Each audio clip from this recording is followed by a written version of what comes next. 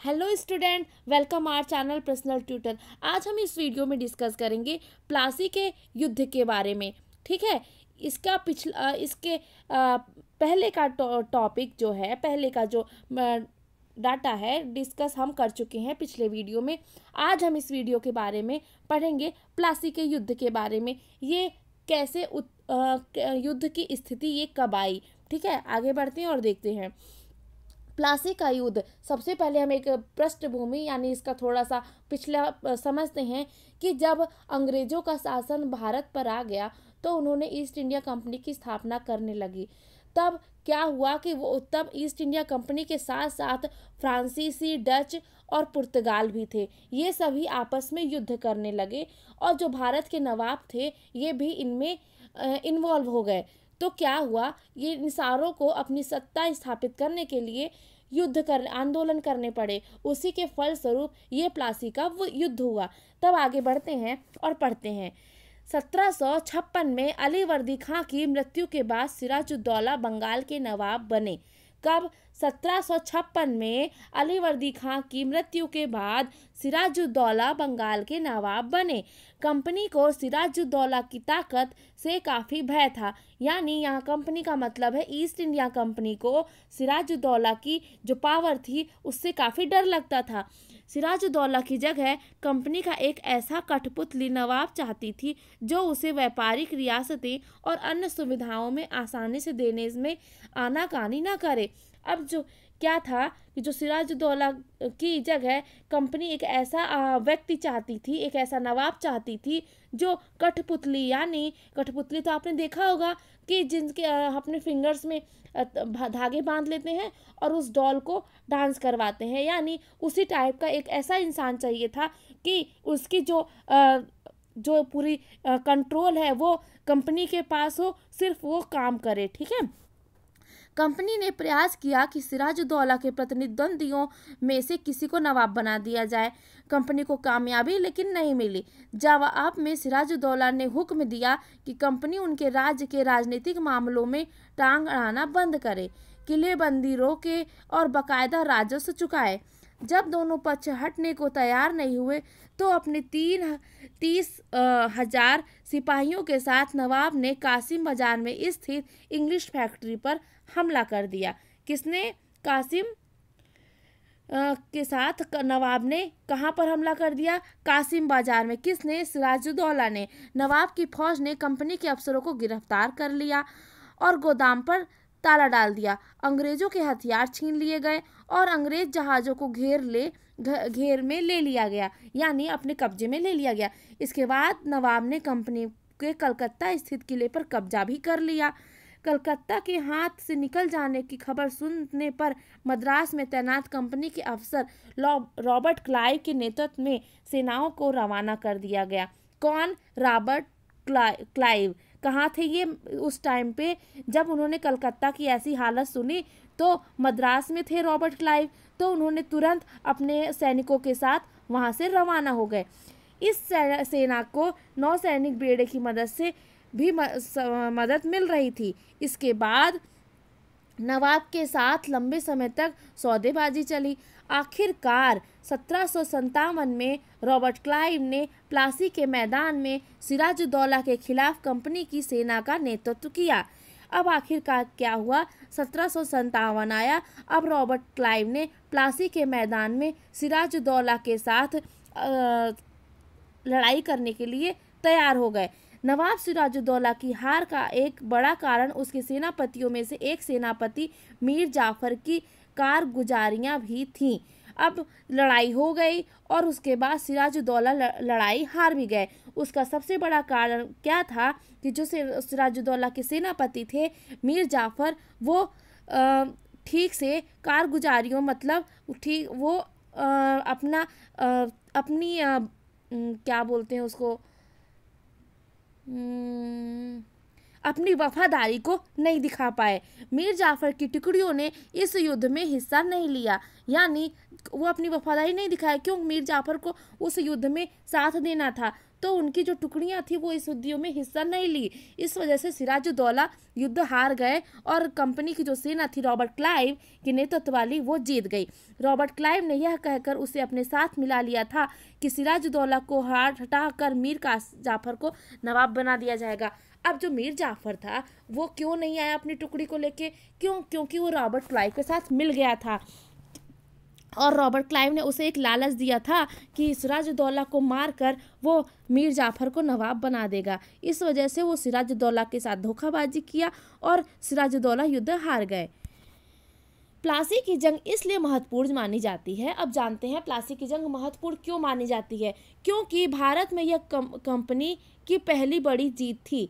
क्योंकि जब भारत में जब से ईस्ट इंडिया कंपनी आई थी तब से वो निरंतर युद्धों में वो हार रही थी, तो सबसे पहले उसने सिराजुद्दौला से अपनी जीत हासिल की। तो इसलिए यह प्लासी की जंग इसलिए महत्वपूर्ण मानी जाती है। प्लासी के जंग के बाद सिराजुद्दौला को मार दिया गया और मीर जाफर नवाब बन गया।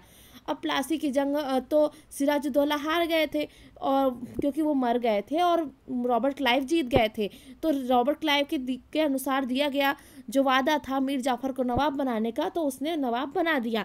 कंपनी अभी भी शासन की जिम्मेदारियां संभालने को तैयार नहीं थी। उनका मूल उद्देश्य था तो व्यापार को फैलाना था। अगर यह काम स्थानीय शासकों की मदद से बिना लड़े किया जा सकता था तो किसी राज्य को सीधे अपने कब्जे में लेने की क्या जरूरत थी।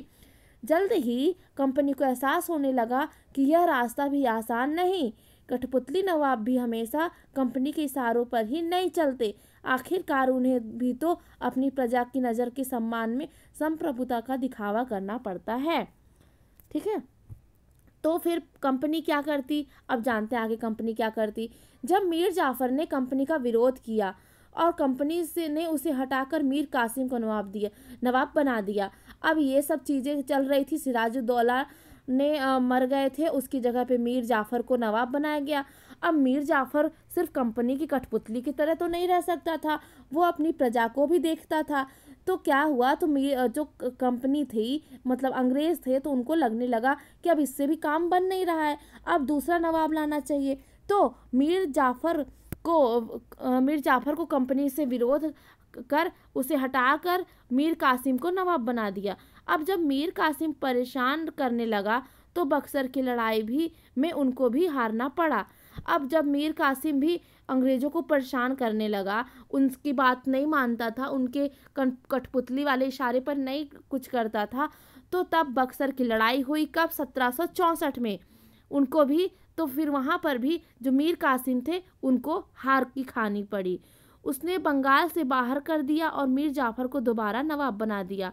अब मीर कासिम जो थे वो बक्सर की लड़ाई में हार गए। कब? 1764 में हार गए। और फिर क्या हुआ, जो मीर जाफर थे, मीर कासिम तो हार गए बक्सर की लड़ाई में। अब मीर जाफर जो आए वो दोबारा से नवाब बने। अब नवाब को हर महीने 5 लाख रुपए कंपनी को चुकाने होते थे।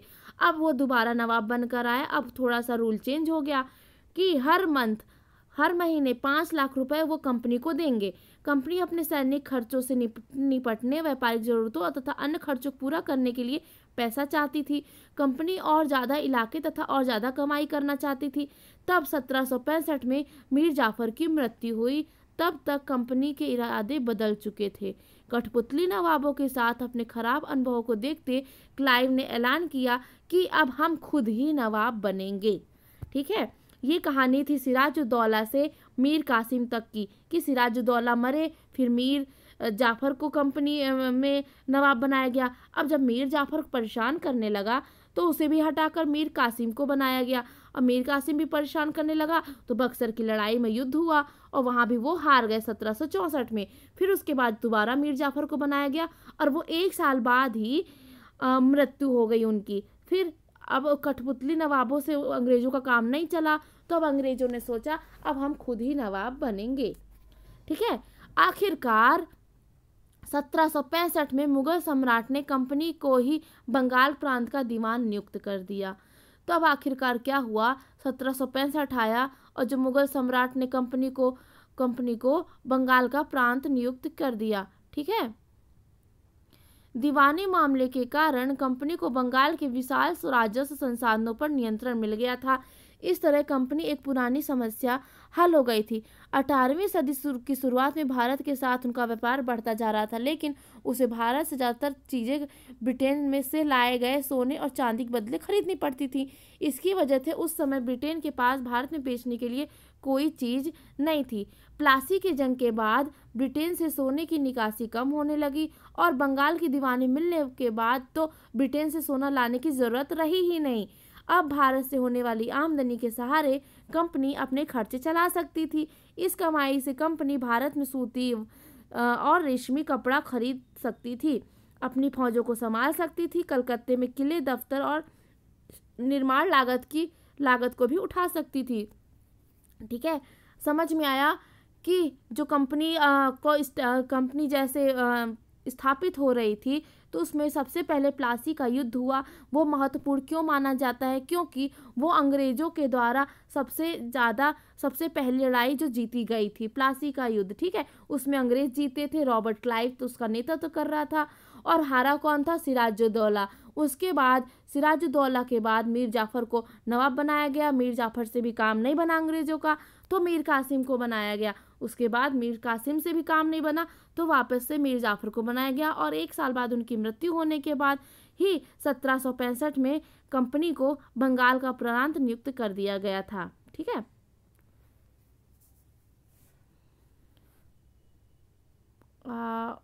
आई होप आपको ये सब चीज़ें क्लियर हुई होंगी। Thank you.